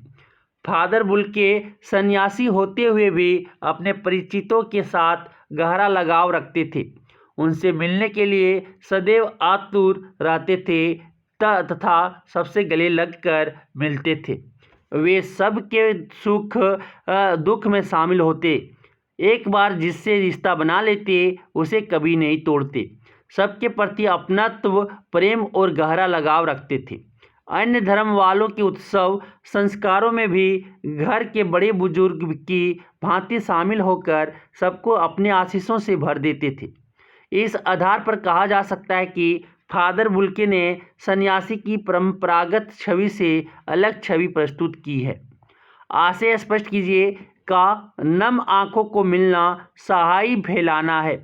फादर बुल्के की मृत्यु पर उनके प्रियजन, परिचित और साहित्यिक मित्र इतनी अधिक संख्या में रोए कि उनको गिनना या उनके बारे में लिखना व्यर्थ सहाय खर्च करना है। आशय यह है कि उनकी मृत्यु पर रोने वालों की संख्या बहुत अधिक थी। फादर को याद करना एक उदास शांत संगीत को सुनने जैसा है। प्रस्तुत पंक्ति का आशय है कि जिस प्रकार एक उदास शांत संगीत को सुनते समय हमारा मन गहरे दुख में डूब जाता है, उसी प्रकार फादर कामिल बुल्के को याद करने पर उनका करुणापूर्ण शांत व्यक्तित्व सामने आ जाता है। उनके ना रहने से मन में उदासी छा जाती है। सर्वेश्वर दयाल सक्सेना का जन्म कब हुआ था? 1927 में। उन्होंने किस पत्रिका का संपादन किया? पराग। सर्वेश्वर दयाल सक्सेना को कौन सा पुरस्कार मिला? साहित्य अकादमी पुरस्कार। उन्हें साहित्य अकादमी किस रचना पर मिला? खूंटियों पर टंगे लोग। सर्वेश्वर जी किस नाम के से दिनमान में स्तंभ लिखते थे? चर्चे और चरखे। इस पाठ में चर्चित जहरबाद का क्या अर्थ है? एक प्रकार का जहरीला तथा कष्ट साध्य फोड़ा। फादर बुल्के सन्यासी बनने से पहले किसकी पढ़ाई कर रहे थे? इंजीनियरिंग। फादर बुल्के की स्मृति को किस भांति बताया गया है? किसी यज्ञ की पवित्र आग की आंच की भांति। लघु उत्तरीय प्रश्न, परिमल क्या है? 10 दिसंबर 1944 को प्रयाग विश्वविद्यालय के साहित्य अभिरुचि रखने वाले कुछ उत्साही युवक मित्रों द्वारा परिमल की स्थापना की गई। परिमल द्वारा अखिल भारतीय स्तर की गोष्ठियां आयोजित की जाती थी, जिनमें कहानी, कविता, उपन्यास, नाटक आदि भी खुली आलोचना एवं उन्मुक्त बहस की जाती। क्वेश्चन नंबर 2, फादर बुल्के किस बात के लिए दुख एवं चिंता प्रकट करते थे? फादर बुल्के की चिंता हिंदी को राष्ट्रभाषा के रूप में देखने की थी। हर मंच से इसकी तकलीफ बयान करते, इसके लिए अकाट्य तर्क देते। हिंदी वालों द्वारा ही हिंदी की उपेक्षा पर उनको दुख होता था। मानवीय, क्वेश्चन नंबर 3, मानवीय करुणा की दिव्य चमक में लहलहाने वाला किसे कहा गया है और क्यों? फादर कामिल बुल्के को मानवीय करुणा की दिव्य चमक में लहलहाने वाला कहा गया है क्योंकि बड़े से बड़े दुख में भी उनके मुख से सांत्वना के जादू भरे 2 शब्द सुनना एक ऐसी रोशनी से भर देता था जो किसी गहरी तपस्या से जन्मती है। अर्थात उनके मुख से निकले हुए सांत्वना के शब्द बड़े से बड़े दुख में जादू की तरह काम करते थे। फादर बुल्के के व्यक्तित्व का कौन सा गुण आपको प्रभावित करता है? फादर बुल्के के व्यक्तित्व की असीम ममता एवं अपनत्व मुझे प्रभावित करती है। वह हमेशा सभी को गले लगाने के लिए आतुर रहते थे। वे किसी से रिश्ता बनाते थे तो तोड़ते नहीं थे। जब भी दिल्ली आते, समय निकालकर गर्मी, सर्दी, बरसात झेलकर लेखक से जरूर मिलते, चाहे 2 मिनट के लिए ही सही। इससे उनका अपनत्व दिखाई देता है। दीर्घ उत्तरीय प्रश्न, क्वेश्चन नंबर 1, मानवीय करुणा की दिव्य चमक नामक संस्मरण का उद्देश्य स्पष्ट कीजिए। लेखक ने इस पाठ के माध्यम से फादर बुल्के के स्नेहमय और करुणापूर्ण व्यक्तित्व को प्रस्तुत किया है। एक विदेशी होने के बाद भी फादर ने भारत को अपनी कर्मभूमि बनाया। उन्होंने भारत की संस्कृति को पूरी तरह से अपनाया। अंतिम समय तक हिंदी को राष्ट्रभाषा के रूप में देखने के लिए प्रयास किया। उन्होंने बाइबल का हिंदी अनुवाद किया ताकि भारत के लोग बाइबल को समझ सकें। रामकथा उत्पत्ति और विकास पर उन्होंने शोध ग्रंथ लिखा। इस पाठ के द्वारा यह शिक्षा देने का प्रयास किया है कि एक विदेशी होने के बाद भी फादर भारत से इतना प्रेम करते थे। उसी प्रकार भारतवासियों को अपने देश की उन्नति के लिए प्रयत्नशील रहना चाहिए। क्वेश्चन नंबर 2, फादर बुल्के ने हिंदी के विकास में किस प्रकार योगदान दिया? फादर बुल्के ने प्रयाग विश्वविद्यालय के हिंदी विभाग में रहकर 1950 में रामकथा उत्पत्ति और विकास नामक शोध प्रबंध लिखा। उसके अध्याय परिमल में भी पढ़े गए थे। फादर ने मातरलिंग के प्रसिद्ध नाटक ब्लू बर्ड का रूपांतर नीलपंछी नाम से किया। सेंट जेवियर कॉलेज रांची में हिंदी तथा संस्कृत विभाग के विभागाध्यक्ष होकर गए। फादर ने अंग्रेजी हिंदी कोश तैयार किया और बाइबल का अनुवाद भी किया। वे जीवन भर हिंदी पढ़ते और पढ़ाते रहे। हिंदी को वे राष्ट्रभाषा के रूप में देखना चाहते थे। इसके लिए हर मंच से इसकी तकलीफ बयान करते और इसके लिए अकाट्य तर्क देते। हिंदी की उपेक्षा करने पर उनको तकलीफ होती। इस प्रकार हम कह सकते हैं कि फादर बुल्के ने हिंदी के विकास में अनेक प्रकार से योगदान दिया। मानवीय करुणा की दिव्य चमक पाठ में किस महापुरुष का वर्णन है या विशेषण उनकी किन विशेषताओं को दर्शाता है, सोदाहरण स्पष्ट कीजिए। मानवीय करुणा की दिव्य चमक पाठ में हिंदी के प्रसिद्ध विद्वान एवं महापुरुष फादर कामिल बुल्के का वर्णन है। फादर कामिल बुल्के के लिए यह विशेषण उनकी करुणा भरे हृदय को दर्शाता है। लेखक ने लिखा है कि उनको देखना करुणा के निर्मल जल में स्नान करने जैसा था। उनमें अत्यधिक ममता, अपनत्व, अपने हर प्रिय जन के लिए उमड़ता रहता था। दुख में वे अपने से जुड़े लोगों को सांत्वना देते थे। लेखक की पत्नी और पुत्र की मृत्यु पर भी उन्होंने लेखक को सांत्वना दी। जब भी वे किसी से मिलते उनके दुख सुख के बारे में जरूर पूछते। उनके अंदर मानवीय करुणा की अपार भावना के कारण ही उनको मानवीय करुणा की दिव्य चमक कहा गया है। वस्तुनिष्ठ प्रश्न, पहला नंबर, किनसे बात करना लेखक के लिए कर्म के संकल्प से भरना था? फादर से। क्या हो जाएगा? ऑप्शन घ। फादर ने जीसेट संघ में 2 वर्ष किसकी पढ़ाई की थी? धर्माचार्य की। क्या हो जाएगा? ऑप्शन ग। फादर को याद करना लेखक के लिए कैसा संगीत सुनने जैसा अनुभव है? उदास शांत। क्या हो जाएगा? ऑप्शन ग। नेक्स्ट क्वेश्चन नंबर 4, राष्ट्रभाषा के रूप में फादर किसे देखना चाहते थे? हिंदी को। किसे देखना चाहते हैं? हिंदी। ऑप्शन ग। क्वेश्चन नंबर 5, किसी के दुख में फादर का व्यवहार कैसा होता था? सांत्वनापूर्ण। क्या हो जाएगा? ऑप्शन घ हो जाएंगे। फादर बुल्के किस देश में जन्मे थे? बेल्जियम। कहाँ पे? बेल्जियम में। क्या हो जाएगा? ऑप्शन ख। मानवीय करुणा की दिव्य चमक किस शैली में लिखा गया है? संस्मरण में। क्या हो जाएगा? ऑप्शन घ हो जाएंगे।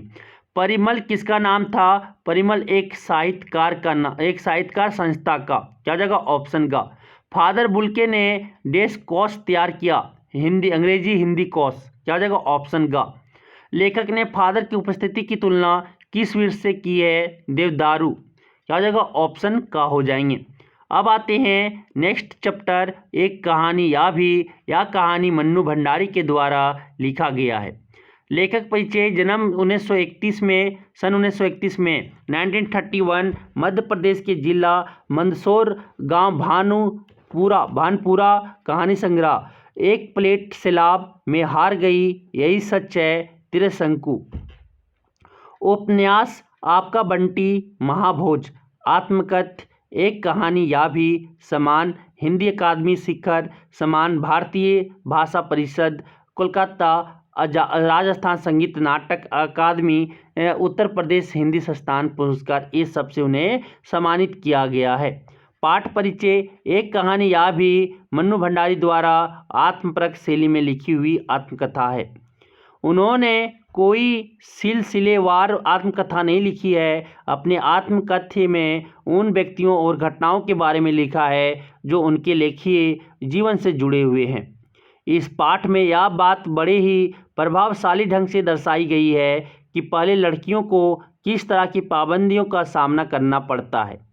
संकलित अंश में मन्नू जी के जीवन में जुड़ी घटनाओं के साथ उनके पिताजी और उनकी कॉलेज की प्राध्यापिका शीला अग्रवाल का व्यक्तित्व विशेष रूप से उभर कर आया है, जिन्होंने आगे चलकर उनके लेखीय व्यक्तित्व के निर्माण में महत्वपूर्ण भूमिका निभाई। लेखिका ने बड़े रोचक ढंग से एक साधारण लड़की के असाधारण बनने की प्रारंभिक पड़ावों का वर्णन किया है। सन 46 से 47 की आंधी में से मन्नू जी की अछूती नहीं रही। छोटे शहर से होते हुए भी उन्होंने आज़ादी की लड़ाई में भागीदारी की। उसमें उसका उत्साह, योज, संगठन क्षमता, विरोध करने का तरीका देखते ही बनता है। पाठ्य पुस्तक के प्रश्न, लेखिका के व्यक्तित्व पर मुख्य रूप से किन लोगों का प्रभाव पड़ा? लेखिका के व्यक्तित्व पर मुख्य रूप से लोगों का प्रभाव पड़ा।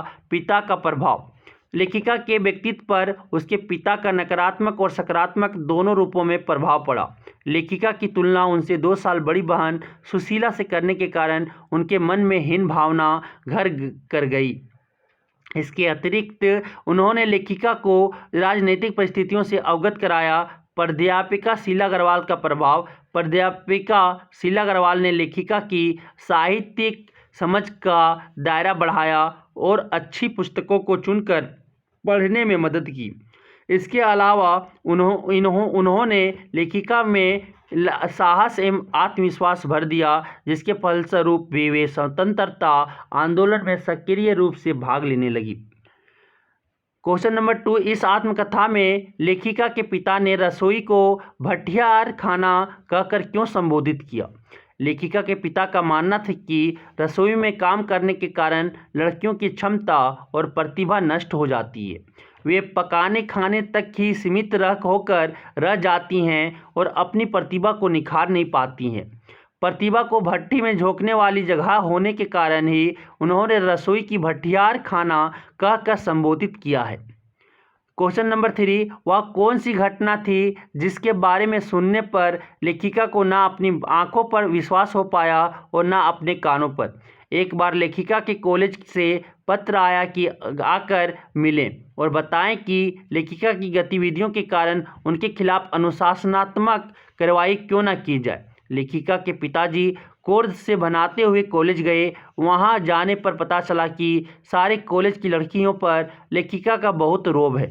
सारा कॉलेज उन 3 लड़कियों के इशारे पर चल रहा है। इस बात का पता चलते ही उनका मन लेखिका के प्रति गर्व से भर गया। आते वक्त उनके चेहरे पर खुशी थी। पिता के इसी परिवर्तित व्यवहार को देखकर लेखिका को ना अपनी आंखों पर विश्वास हो पाया और ना अपने कानों पर। क्वेश्चन नंबर 4, लेखिका की अपने पिता से वैचारिक टकराहट को अपने शब्दों में लिखिए। लेखिका की प्राय अपने पिता से वैचारिक टकराहट होती रहती थी। पिता लेखिका को देश समाज के प्रति जागरूक बनाना चाहते थे, किंतु उसे घर तक ही सीमित रखना चाहते थे। वे उसके मन में विद्रोह और जागरण के स्वर भरना चाहते थे, किंतु उसे सक्रिय नहीं होना देना चाहते थे। लेकिन लेखिका के मन में युवा उन्माद था, इसलिए घर की सीमा में रहना लेखिका के लिए मुश्किल हो गया था। वे देश की स्वतंत्रता आंदोलन में सक्रिय रूप से भाग ले रही थी। यही दोनों में टक्कर होती थी। विवाह के मामले में भी दोनों के विचार टकराए। पिता नहीं चाहते थे कि लेखिका अपनी पसंद से राजेंद्र यादव से शादी करे, परंतु लेखिका ने उनकी प्रभाव नहीं की। क्वेश्चन नंबर 5, इस आत्मकथा के आधार पर स्वाधीनता आंदोलन के परिदृश्य का चित्रण करते हुए उसमें मन्नू जी की भूमिका को रेखांकित कीजिए। सन 1946 से 47 का समय स्वतंत्रता आंदोलन का समय था। हर तरफ हड़तालें, प्रभात फेरियां, जुलूस और नारेबाजी हो रही थी। घर में पिता और उनके साथियों के साथ होने वाली गोष्ठियों और गतिविधियों ने लेखिका को भी जागरूक कर दिया था। प्राध्यापिका शीला अग्रवाल ने लेखिका को स्वतंत्रता आंदोलन में सक्रिय रूप से जोड़ दिया। जब देश में नियम, कानून और मर्यादाएं टूटने लगी, तब पिता की नाराजगी के बाद भी उन्होंने पूरे उत्साह के साथ आंदोलन में भाग लिया। उनका उत्साह संगठन क्षमता और विरोध करने का तरीका देखते ही बनता था। वे चौराहों पर बेझिझक भाषण, नारेबाजी और हड़तालें करने लगी। इस प्रकार हम कह सकते हैं कि स्वतंत्रता आंदोलन में उनकी सक्रिय भूमिका रही। अति संक्षिप्त प्रश्न, मन्नू भंडारी का जन्म कब हुआ? सन 1931 में। मन्नू भंडारी के 2 उपन्यास के नाम लिखें। आपका बंटी महाभोज। मन्नू भंडारी के एक कहानी संग्रह का नाम लिखें, त्रिशंकु। मन्नू भंडारी को कौन कौन से पुरस्कार मिले? हिंदू अकादमी के शिखर सम्मान, भारतीय भाषा परिषद, कोलकाता संगीत नाटक अकादमी पुरस्कार आदि। एक कहानी यह भी पाठ के माध्यम से बताइए कि लेखिका की 2 साल बड़ी बहन का क्या नाम है? सुशीला। जैनेन्द्र का कौन सा उपन्यास लेखिका को पसंद आया था? सुनीता। लेखिका और उनके पिता के बीच टकराव का क्या कारण था? विचारों की भिन्नता। डॉक्टर साहब का क्या नाम था? डॉक्टर अंबालाल। डॉक्टर साहब कौन थे? लेखिका के पिता के मित्र। लेखिका के मन में कौन सी हीन भावना ग्रंथि बन गई थी? काले रंग की होना। लघु उत्तरीय प्रश्न, सन 1946-47 में भारत के वातावरण का वर्णन कीजिए। सन 1946-47 में भारत का वातावरण पूरे दमखम एवं जोश खरोश से भरपूर था। प्रभात फेरियां, हड़तालें, जुलूस, भाषण हर शहर का चरित्र था।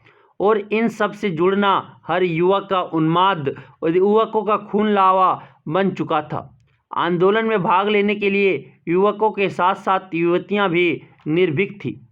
आसन्न असत्र अतीत से क्या तात्पर्य है? वहाँ किस प्रकार जड़ जमाए रहता है। आसन्न अतीत का तात्पर्य है अभी अभी बीता हुआ हमारा समय। हमारा यही बीता हुआ समय हमारे संस्कारों में बस जाता है, वह हमारी आदतों में शामिल हो जाता है और हम वैसे ही बन जाते हैं जैसा हमारे साथ घटित होता है। जैसे लेखक के पिताजी के शक्की स्वभाव की झलक उनमें भी दिखाई देती है। लेकिन क्वेश्चन नंबर 3, लेखिका मन्नू भंडारी की कहानियों के अधिकांश पात्र कहाँ के थे? इससे किस तथ्य को बोध होता है? लेखिका मन्नू भंडारी की कहानियाँ के अधिकांश पात्र उनके मोहल्ले के थे। इससे पड़ोस के लोगों के साथ उनका संबंध दिखाई देता है। उस जमाने में पूरा मोहल्ला अपने घर के समान ही था। मोहल्ले के अधिकांश घर तो परिवार का हिस्सा ही थे। मन्नू भंडारी ने अपने पिताजी के इंदौर के दिनों के बारे में कहा क्या जानकारी दी? मन्नू भंडारी ने अपने पिताजी के बारे में इंदौर के दिनों की जानकारी देते हुए कहा कि वहाँ उनकी बड़ी प्रतिष्ठा थी, सम्मान था, नाम था। कांग्रेस के साथ साथ वो समाज सुधार के कामों में से भी जुड़े हुए थे। शिक्षा के केवल उपदेश ही नहीं देते बल्कि उन 8 दिनों 8-8 10-10 विद्यार्थियों को अपने घर रखकर पढ़ाया है, जिनमें से कई तो बाद में ऊंचे ऊंचे ओहदों पर पहुंचे। दीर्घ उत्तरीय प्रश्न, भंडारी ने अपनी माँ के किन गुणों की चर्चा अपनी आत्मकथा में की? मन्नू भंडारी की माँ के अंदर धरती से कुछ ज़्यादा ही धैर्य और सहन शक्ति थी। वे पिताजी की हर ज्यादती को अपना प्राप्य और बच्चों की हर उचित अनुचित फरमाइश और जिद को अपना फर्ज समझकर बड़े सहज भाव से स्वीकार करती थी। उन्होंने जिंदगी भर अपने लिए कुछ नहीं मांगा और ना कुछ चाहा। मन्नू भंडारी ने अपनी माँ की इन्हीं त्याग, सहिष्णुता एवं सहनशील आदि गुणों की चर्चा अपनी आत्मकथा में की है। लेखिका के व्यक्तित्व निर्माण में उसकी परिस्थितियों का क्या योगदान है? लेखिका के व्यक्तित्व निर्माण में उसकी परिस्थितियों का बहुत बड़ा योगदान है। लेखिका के घर में आए दिन विभिन्न राजनीतिक पार्टियों के जमावाड़े होते थे और जमकर बहसें होती थी। क्रांतिकारियों और देशभक्त शहीदों के रोमांचक आकर्षण उनकी कुर्बानियों से लेखिका का मन आक्रांत रहने लगा। लेखिका के पिताजी ने उन्हें रसोई से दूर रखकर जागरूक नारी बनने के लिए प्रेरित किया। लेखिका के पिता विद्वान लेखक थे। वे सदा पुस्तकों से घिरे रहते थे, पुस्तकों, पत्रिकाओं, अखबारों के बीच पढ़ते रहते थे। इससे लेखिका में साहित्य के प्रति रुचि बढ़ी।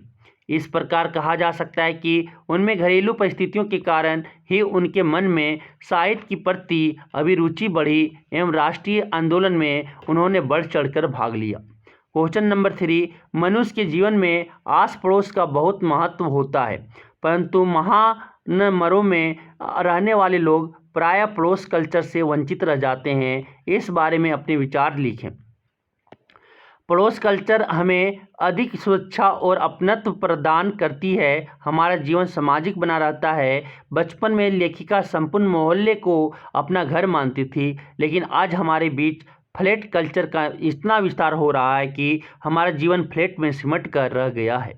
आज नगरों और महानगरों में पड़ोस संस्कृति खत्म होती जा रही है। हमारा जीवन पिंजड़े में सिमट कर रह गया है। हमें बगल में रहने वालों से कोई संबंध नहीं रह गया है। सुख दुख में कोई साथी नहीं। पूरा जीवन एकाकी व्यतीत करना पड़ रहा है। इससे मानवीय एवं सामाजिक संवेदना लुप्त होती जा रही है। वस्तुनिष्ठ प्रश्न, पहला नंबर, मन्नू भंडारी का बचपन कहाँ बीता था? अजमेर। क्वेश्चन इसके ऑप्शन घ हो जाएंगे। मन्नू भंडारी की हिंदी प्राध्यापिका का क्या नाम था? शीला अग्रवाल। ऑप्शन का हो जाएंगे। लेखिका की माँ का स्वभाव कैसा था? त्यागशील। ऑप्शन का हो जाएंगे। लेखिका के पिता लेखिका को घर में होने वाली बहसों में बैठने को क्यों कहते थे? क्योंकि वे उसे देश की स्थिति से परिचित कराना चाहते थे। क्या हो जाएगा? ऑप्शन ख। सन 46-47 के दिनों में देश का माहौल कैसा था? ऑप्शन ग, देश को स्वतंत्र कराने का जोश उफान पर था। लेखिका के पिता सख्ती स्वभाव के क्यों थे? अपनों के विश्वासघात के कारण। ऑप्शन ग हो जाएंगे। इसकी जोशीली बातों ने लेखिका के रगों में बहते खून को लावे में बदल दिया। किसका बात? शीला अग्रवाल की। ऑप्शन ग। आगे आपके बोला जाता है लेखिका के पिता ने उसका रोब देखकर क्या अनुभव किया? गर्व। क्या हो जाएगा? ऑप्शन ख। क्वेश्चन नंबर 9, इस लेखक में लेखिका का कौन सा व्यक्तित्व सामने आया? स्वतंत्रता सेनानी। ऑप्शन घ। लेखिका के किस व्यवहार से तंग आकर प्रिंसिपल ने लेखिका के पिता को बुलवाया? आंदोलनकारी। क्या हो जाएगा? ऑप्शन का हो जाएंगे। क्या हो जाएंगे? ऑप्शन का हो जाएंगे। अब आते हैं नौबत खाने। क्या आते हैं? नौबत खाने में इबादत। ये लिखे अतिंद्र मिश्रा जी लिखे हैं। लेखक अतिंद्र मिश्रा का संक्षिप्त परिचय दें। सॉरी। लेखक अतिंद्र मिश्रा का जन्म 1977 ईस्वी में अयोध्या उत्तर प्रदेश में हुआ। उन्होंने लखनऊ विश्वविद्यालय से हिंदी में MA किया। वह आजकल स्वतंत्र लेखन के साथ साथ अर्धवार्षिक साहित्य पत्रिका का संपादन कर रहे हैं। सन 1999 ईस्वी से वे विमला देवी फाउंडेशन का संचालन कर रहे हैं। इस फाउंडेशन का उद्देश्य है हिंदी साहित्य एवं अन्य कलाओं का संरक्षण एवं संवर्धन। अतिंद्र मिश्र के 3 काव्य संग्रह प्रकाशित हुए हैं। अदा कदा, अयोध्या तथा अन्य कविताएं, ईओडी पर आलाप। इसके अलावा लेखक ने मशहूर शास्त्रीय गायिका गिरिजा देवी के जीवन और संगीत साधना पर आधारित पुस्तक गिरिजा लिखी है। साथ ही साथ थाथी नामक कला पर केंद्रित पत्रिका का संपादन भी किया। युवा रचनाकार अतिंद्र मिश्र को भारत भूषण अग्रवाल सम्मान, कविता सम्मान, हेमंत स्मृति कविता पुरस्कार, ऋतुराज सम्मान आदि कई सम्मानों से सम्मानित किया जा चुका है। क्वेश्चन नंबर 2 क्या बोलता है? अतिंद्र मिश्र द्वारा रचित नौबत खाने में इबादत पाठ का संक्षिप्त परिचय दें। युवा रचनाकार अतिंद्र मिश्र द्वारा रचित नौबत खाने में इबादत बिस्मिल्लाह खान के जीवन एवं संगीत साधना पर आधारित व्यक्ति चित्र है। इस पाठ में लेखक ने महान शहनाई वादक बिस्मिल्लाह खान का परिचय तो दिया ही है, साथ ही साथ अपनी कला के प्रति उनके लगन और उनकी साधना का भी वर्णन किया है। उन्होंने इस पाठ के माध्यम से यह बताने का प्रयास किया है कि संगीत एक साधना है, इसका अपना एक शास्त्र है, इसको जानने बिना संगीत को नहीं जिया जा सकता है। संगीत कला व्यक्ति के जीवन का श्रृंगार है। यह श्रृंगार कठिन तपस्या एवं साधना से प्राप्त होती है। बिस्मिल्लाह खान ने इस कला के संवर्धन एवं विकास के लिए कठिन साधना की है। यही कारण है कि उन्होंने 80 वर्ष के समय तक शहनाई के माध्यम से संगीत की सेवा की और शहनाई की धुन देश के चारों दिशाओं के साथ साथ विश्व के कोने कोने तक फैलाई। इस पाठ में लेखक ने संक्षिप्त ही सही बिस्मिल्लाह खान के व्यक्तित्व एवं उनकी संगीत के प्रति सम्मान और समर्पण भाव का बखान करने का प्रयास किया है। यूँ कहें तो लेखक ने इस पाठ के माध्यम से महान शहनाई वादक बिस्मिल्लाह खान के जीवन एवं संगीत साधना को गागर में सागर भरने जैसा प्रयास किया है। रोचक शैली में लिखी गई यह व्यक्ति चित्र आम एवं सुधी पाठकों को बार बार पढ़ने के लिए आकर्षित और आमंत्रित करती हैं। बहुविकल्पीय प्रश्न उत्तर। नौबत खाने में इबादत पाठ किसके जीवन पर केंद्रित है? आपके हो जाएंगे का बिस्मिल्लाह खान के जीवन पर। नौबत खाने में इबादत पाठ के लेखक कौन है? अतिंद्र मिश्र। ऑप्शन ग। बिस्मिल्लाह खान का जन्म किस राज्य में हुआ था? उत्तर प्रदेश, बिहार। ऑप्शन हो जाएंगे ग। बिस्मिल्लाह खान किस वाद्य यंत्र के वादक थे? शहनाई वादक। ऑप्शन हो जाएंगे घ। इबादत का क्या अर्थ है? इबादत मतलब पूजा। ऑप्शन हो जाएंगे क। अति संक्षिप्त प्रश्न उत्तर। बिस्मिल्लाह खान के बचपन का क्या नाम था? अमीरुद्दीन। बिस्मिल्लाह खान का जन्म किस स्थान पर हुआ था? डुमराव में। बचपन के दिनों में बिस्मिल्लाह खान शहनाई का रियाज करने कहाँ के जाते थे? बालाजी मंदिर के नौबत खाने में। सुशील वाद्यों में शाह की उपाधि किस वाद्य यंत्र को प्राप्त है? शहनाई को। मुस्लिम समाज के किस पर्व को शोक पर्व के रूप में मनाते हैं? मुहर्रम। संक्षिप्त प्रश्न उत्तर। बिस्मिल्लाह खान को काशी का नायाब हीरा क्यों कहा जाता है? काशी विभिन्न संस्कृति और धर्मावलंबियों का स्थान है। यहाँ पर विभिन्न धर्म एवं समाज के लोग रहते हैं। बिस्मिल्लाह खान ने अपनी शहनाइयों के मधुर धुन के माध्यम से विभिन्न संस्कृति एवं धर्म के लोगों को जोड़ने का काम किया है, इसलिए उन्हें काशी का नायाब हीरा कहा जाता है। बिस्मिल्लाह खान और शहनाई एक दूसरे के प्रतीक है। कैसे? बिस्मिल्लाह खान ने शहनाई की मधुर तान देश के साथ साथ विदेशों में भी फैलाई। उनके शहनाई वादन में जादू था। बिस्मिल्लाह खान से पहले शहनाई को उतनी प्रसिद्धि नहीं मिली थी जितनी कि बिस्मिल्लाह खान के कारण हुई। अतः यह कहा जा सकता है कि बिस्मिल्लाह खान और शहनाई एक दूसरे के प्रतीक है। बिस्मिल्लाह खान, क्वेश्चन नंबर 3, बिस्मिल्लाह खान ने शहनाई के माध्यम से विभिन्न धर्मों को जोड़ने का कैसे प्रयास किया?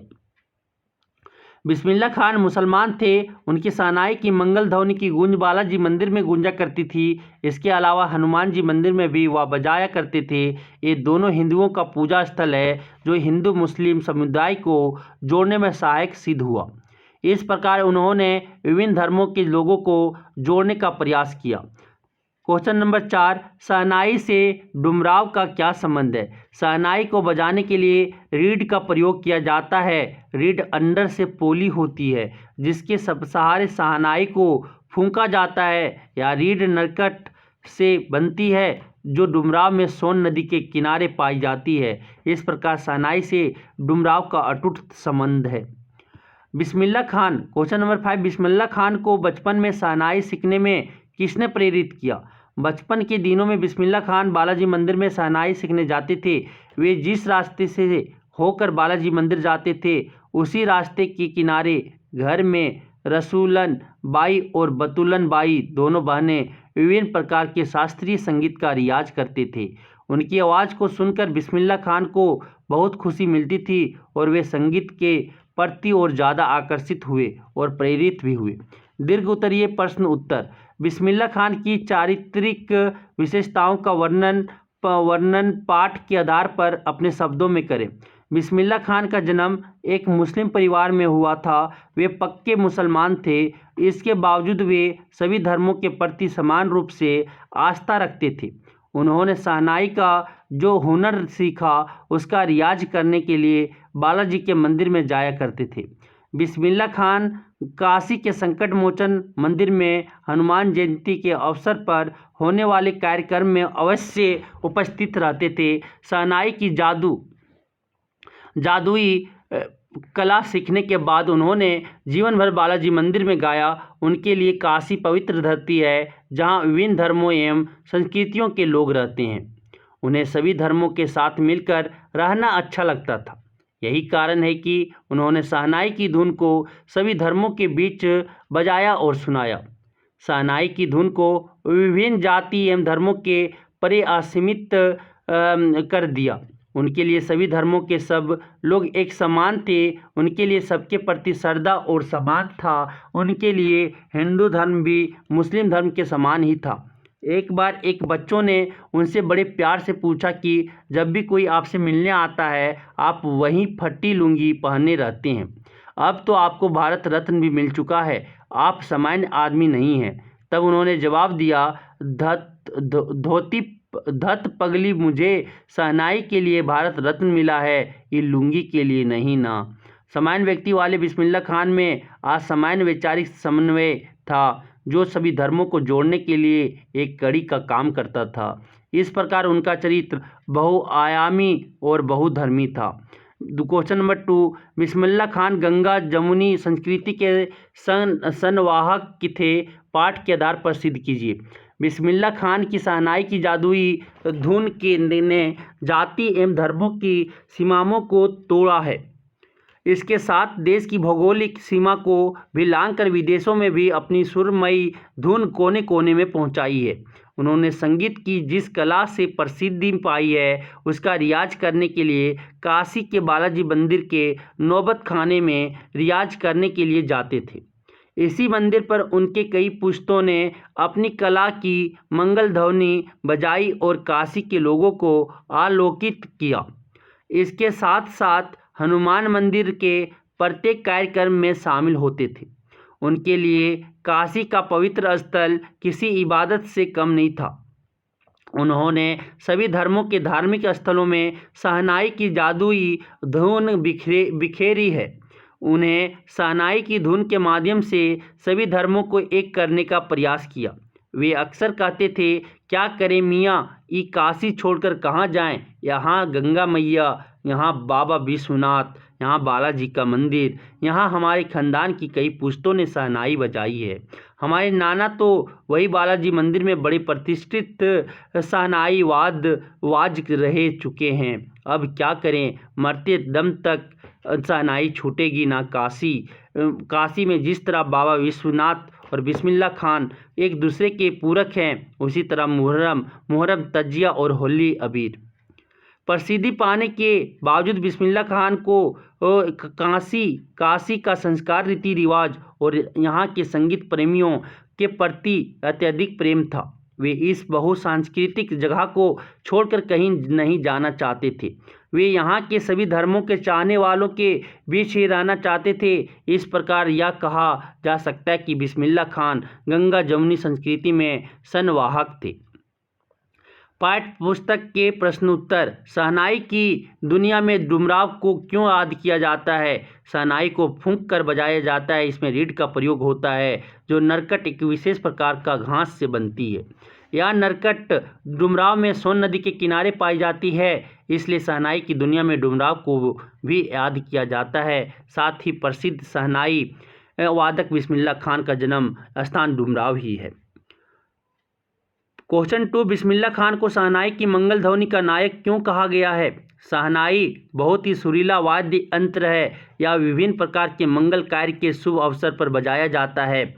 देश में जितने भी शहनाई वादक हैं, वे उन सबसे ज़्यादा सुरीला शहनाई बजाने वाला बिस्मिल्लाह खान ही थे।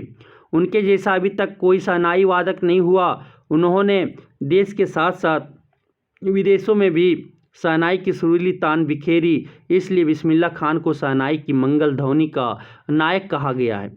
क्वेश्चन नंबर 3, सुशीर वाद्यों से क्या अभिप्राय है? शहनाई को सुशीर वाद्यों में शाह की उपाधि क्यों दी जाती है?